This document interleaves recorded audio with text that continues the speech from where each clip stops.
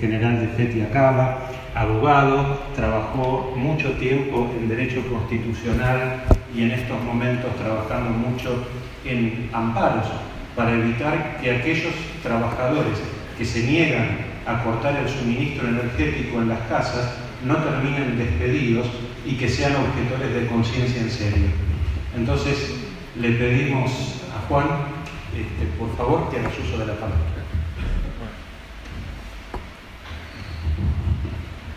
Muy buenas noches, compañeras y compañeros. A mí se me infla el corazón de orgullo porque admiro mucho a Mariano Memoli, que me haya permitido, invitado a participar de esta mesa, que es un panel de lujo. Admiro mucho a la gente que está aquí. Y la verdad que quiero felicitarlos a ustedes que nos juntamos a debatir qué es la soberanía y para qué sirve, que es algo transversal a todas las argentinas y argentinos. Como decía Alicia Castro, estamos en campaña electoral y no escuchamos un tema de soberanía en ningún canal de televisión ni en ningún diario, y a partir de marzo del 2020 comienzan los vencimientos más usurarios e impagables de los fondos buitres y el FMI. Nosotros vamos a tener un dilema fuertísimo, que es: tenemos 35 años de democracia ininterrumpida, 25 años de la sanción de la Constitución de 1994 y el pueblo no decide nada. No existe el principio de autodeterminación del pueblo. Ustedes saben que nuestra propia Constitución impide a un ciudadano la iniciativa de ley de reforma de la Constitución, que tenemos un artículo de la época de Alberdi predemocrático que dice que el pueblo no gobierna ni delibera sino a través de sus representantes. Bueno, pero nosotros vamos a pagar los impuestos, nosotros vamos a pagar la tarifa, nosotros vamos a tener los familiares desocupados o nosotros desocupados, y vamos a ver morir, esto es terrible, a muchísimos argentinos en la miseria. Como decía muy bien Urien, vamos a tener una situación límite donde tenemos que replantearnos todas las instituciones al servicio del desarrollo humano del pueblo y no nosotros para vivir encorsetados en este marco normativo que lo único que hace es someternos como una colonia. Y acá viene un dilema de formación y de debate político, que por eso tenemos que aprovechar la multisectorial, que es plural, diversa, con cuestiones de género, con cuestiones de... Viene gente de las Fuerzas Armadas y viene gente que milita de la ultraizquierda, y se respetan todas las posturas, porque en el mundo de hoy, un país que no recobra soberanía es un país que va a quedar destruido.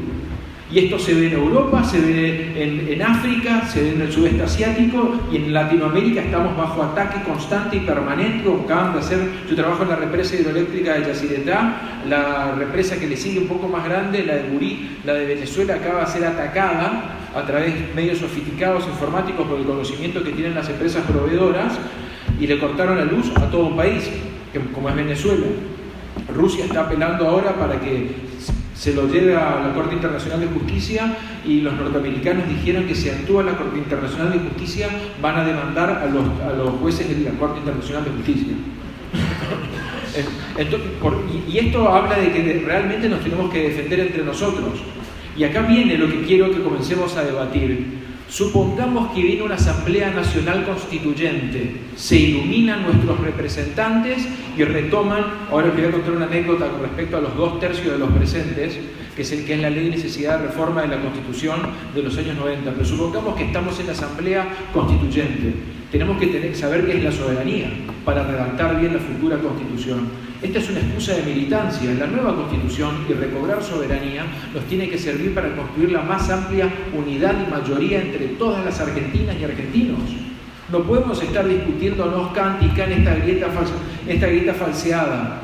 ¿Cómo puede ser que no somos el 80% de la Argentina de acuerdo en 4 puntos nodales? Queremos comer, queremos salud, queremos educación y queremos un sistema productivo y financiero que nos permita desarrollarnos en plena cuarta revolución digital mundial, que únicamente va a crear desempleo. Estamos viendo cómo están cerrando fábricas en todo el mundo, reduciendo el personal, que lo hacen los robots, las viejas tareas de los operarios de las fábricas. Esta es nuestra tarea, compañeros, y para eso está la multisectorial de la soberanía. Quiero contarles una anécdota con respecto a cómo el poder real no teme un segundo en redactar la Constitución que le sirve a la oligarquía. La única vez que se intentó eso fue con la ley 13.233, 1948, el 11 de marzo se cumplieron 70 años de la sanción de la única constitución democrática que tuvimos en nuestra historia, y rápidamente vino el golpe de Aramburu, la revolución fusiladora, y lo derogan por una simple proclama de un bando militar del 27 de abril de 1956. A partir de allí vivimos un derrotero de involución constante institucional. Pero pasemos a la parte compleja, que es cuando se vuelve la democracia. Recordemos a Alfonsín haciendo campaña, leyendo el preámbulo argentino: el pueblo quiere una dosis de institucionalidad, vivimos atemorizados, el pueblo tiene mucho miedo, está inducido al miedo. Se retoma la democracia. Este debate de la Constitución, en lo que primero se instala en la sociedad, era ineludible. Lamentablemente, el padre de la democracia, Alfonsín, por cuestiones, yo creo que por miedo a sonadas militares, también se habla siempre simbólicamente ese abrazo con Cafiero en 1988. En 1987, en 1988 trabajan un grupo de expertos de espaldas al pueblo sobre cómo mejorar esta Constitución. Muy extranjerizado, y acá viene el tema de la enseñanza del derecho, porque muchos de esos expertos terminaron siendo grandes formadores de abogados neoliberales. La mayoría de ellos, lo único que les preocupaba no eran los recursos naturales, sino que el presidente, cuando llega al poder, no tenga poder. Lo que se llama la democratización de los presidencialismos latinoamericanos. Pero pongo este antecedente porque este es el cuentito que quiero explicar acá. Viene Carlos Saúl Menem, saca las dos nefastas leyes de desmantelamiento del Estado argentino. SEGBA, gas del Estado, nos despedimos de toda la soberanía económica que teníamos. Y allí ve la oligarquía la oportunidad de coronar esto al más alto rango normativo. En el año 1993, Menem saca un decreto consultando al pueblo si no quería reformar la Constitución. Esto está sacado del libro de Alfonsín, Memorias Políticas, que sugiero a todos que lo lean. Seguidamente aparece la UCD, que se da cuenta, este partido que representa a la oligarquía argentina, es nuestro momento. Presenta un proyecto de ley de Urañona y Bedia con el acompañamiento explícito de la campaña de Álvaro Alzogaray. ¿Y qué dicen? La Constitución se reforma por 2/3 partes de sus miembros presentes una vez que haya quórum o haya Cámara. No es necesidad de debatir tanto esto, vamos ya por la reforma de la Constitución. Alfonsín, al tener este frente de los 2/3 de los presentes, una interpretación dinámica que siempre fue así. Les aclaro que todo el siglo XIX y hasta el peronismo fue la última vez que se reformó así, porque después se encargaron de hacer una interpretación todo lo contrario, que es por la mayoría absoluta. Esto es un falsacionismo. No existe el 2/3 por la mayoría absoluta de ambas cámaras, porque siempre puede haber alguien enfermo o alguien que se ausente. Y se juega con el quórum de los presentes. Esta fue una excusa que se utilizó también para derogar la única constitución democrática que tuvimos. Ante este panorama, Alfonsín sale a abrazar a Menem y hacen que el propio Congreso, en el Pacto de Olivos, sanciona la Constitución que tenemos hoy. Porque la ley del Pacto de Olivos dice que la convención constituyente que se convocará al efecto no podrá modificar lo que dice este Congreso, que ya acordó en un núcleo de coincidencias básicas, subvirtiendo al poder constituyente con el poder constituido. El poder constituido impidió que el pueblo pueda debatir. Nosotros no tenemos una constitución democrática, siempre vivimos encorsetados en un andamiaje constitucional colonial, porque ahora vemos el verdadero rostro. El artículo 42 que pusieron para las privatizadas, que es para defender al usuario de las tarifas, vemos cómo funciona. Nosotros estábamos con, Mariano me hace acordar a esta iniciativa que hicimos ahora el 1 de marzo y lo presentamos en Plaza de Mayo.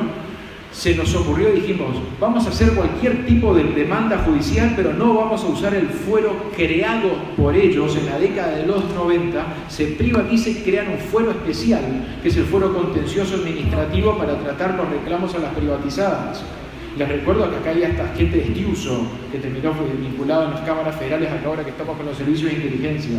Este fuero contencioso administrativo federal, durante el macrismo, gente que conocemos de La Plata, de una agrupación defensora de usuarios EPIS, hace demandas que son brillantes, piezas jurídicas. Los admiro de colega a colega lo bien que escriben. Cada vez la mejoran año a año y seguimos con los tarifazos, donde presentan ellos sus reclamos al Fuero Contencioso Administrativo Federal. Esto no funciona más, vamos a terminar ineludiblemente convocando una Asamblea Nacional Constituyente y acá la responsabilidad política la tiene el Congreso, porque en el andamiaje que tenemos, nosotros como pueblo no podemos presentar un proyecto. O lo presenta la Cámara de Diputados o los presentan las provincias quebradas inviables que van a tener que sufrir ¿Se acuerdan los años 90 que se hablaban de las provincias inviables? Yo soy de Corrientes. Me acuerdo cuando en el año 98, 99, 2000 no se podían pagar los sueldos. Me acuerdo que estaba en un colegio que se llamaba Colegio Nacional y que de un mes para el otro fue colegio provincial y que los maestros no cobraban más sueldo. Ahí aprendimos una categoría. Ustedes viven en una provincia inviable, decía Caballo. Pero ¿cuál es nuestra solución? Es inviable. Deberíamos desaparecer como seres humanos, como personas, como territorio. Y las provincias tienen el deber de presentar una ley de necesidad de reforma en el Senado, porque la ley de coparticipación se tuvo que haber sancionado en 1996. Es un mandato constitucional, es una disposición transitoria de la Constitución. Al nunca haberlo hecho, diría, claro, que ¿saben por qué no se hizo? Es imposible el cumplimiento de sanción. Hay una parte que dice: será aprobado por 2/3 de la mayoría de ambas cámaras y todas las provincias. Ya la provincia de Buenos Aires sale perdiendo en per cápita. La provincia de San Luis tiene una característica donde siempre funciona aislada. Supongamos que una sola provincia no quiere suscribirla, y sacándola a la ciudad autónoma, tratándola como provincia, que en realidad es tratada como provincia también. Supongamos que la ciudad autónoma no la quiere suscribir. Viviremos en este marco difuso de arbitrariedad, que es que el gobernador se hace cargo de una provincia que ya es inviable desde que se sienta a gobernarla. O los diputados presentan una ley de necesidad de la reforma, o los senadores presentan una ley de necesidad de la reforma, y por 2/3 de los presentes con la interpretación dinámica que hizo el peronismo y que hizo la UCD en los 90 para consagrar el desmantelamiento del Estado al más alto rango normativo. Este es nuestro problema, pero para eso tenemos que tener todos los argentinos transversalmente estar de acuerdo que la soberanía es importante, y la soberanía es multidimensional y multifacética. La soberanía es la soberanía educativa. Esto Mariano lo tiene muy bien trabajado en la multisectorial, y justamente convocamos a toda la Argentina a venir a debatir esto, porque no hay ningún argentino que tenga que quedar afuera de debatir la soberanía. Si quieren, pues podemos contar nuestras anécdotas en las redes sociales, pero vemos como las votantes de Carrió o los votantes de Cambiemos viven angustiados por problemas que no son estructurales, y nadie debate. Se encargaron de que nadie en la Argentina debata soberanía. Bueno, nosotros de la multisectorial vamos a debatir en toda la Argentina qué es la soberanía y por qué es importante la soberanía cultural, la soberanía científica, la soberanía económica, la soberanía política. La misma Constitución del 49, un artículo, autorizaba a proscribir, por ejemplo, hoy sería una ONG que está financiada para generar el terrorismo dentro del país. Eso es soberanía política también. Y la soberanía y el constitucionalismo nace de principios sencillos. Y no quiero extenderme mucho, pero quiero dar una idea razonada. Desde hace 400 años que existen juristas, sobre todo en Europa, antes de la Revolución Norteamericana o de la Revolución Francesa. Hay uno muy particular, maravilloso, Emmerich Battel se llama, y que hablaba del derecho natural del pueblo a autodeterminarse, crear las mejores instituciones de acuerdo a sus circunstancias y con un carácter de perdurabilidad de 30, 50 años. Eso es una constitución. Cuando hay que hablar con un vecino o vecina hay que explicarle, ¿para qué quiere una constitución? No, vos tenés que configurar de cero las instituciones del país para que nos sirvan a todos nosotros y podamos gozar del derecho al desarrollo humano. De esto se trata. Lo que pasa es que nunca lo ejercimos, es toda una novedad. Uno se va a otros países o estudia otros casos de otros países y esto ya se ejerció o ya tienen conciencia constituyente soberana en el pueblo. Nosotros tenemos el deber de ir despertándola entre cada una de argentinas y argentinos. No hay más excusas. Es más fácil ir por los 2/3 de los presentes en la Cámara que cualquier otra modificación, porque siempre lo otro va a ser mucho más difícil, y esto es una ventaja, una oportunidad. Nosotros, la Asamblea Constituyente, libre y soberana que vamos a tener, puede tratar la deuda externa y la titularidad de los recursos naturales, que el poder originario es más poderoso que el poder constituido. Esta es una de las batallas ideológicas que nos enseñó el chavismo, vamos a ser sinceros, porque Hugo Chávez arrancó en la década de los 90 militando esto por plazas, que es vamos a una constituyente, rompamos lo que ellos decían, el punto fijo. El pacto de punto fijo, que son acuerdos populares que tienen los pueblos latinoamericanos. Son dos reformas que tuvieron en los 60, donde acuerdos de gobernabilidad entre opositor y oficialismo, es un opoficialismo, y el pueblo queda atrapado en eso. Nosotros tenemos, todo lo que tenemos en este momento en la Constitución prácticamente no nos sirve mucho. Es muy triste lo que digo, pero tenemos que ir urgente a pensarnos, pero para esto tenemos que despertar la conciencia soberana constituyente. Y bueno, quiero que comencemos a debatir al respecto e invitarlos y convocarlos a todos a seguir esta patriada de la multisectorial por la soberanía argentina.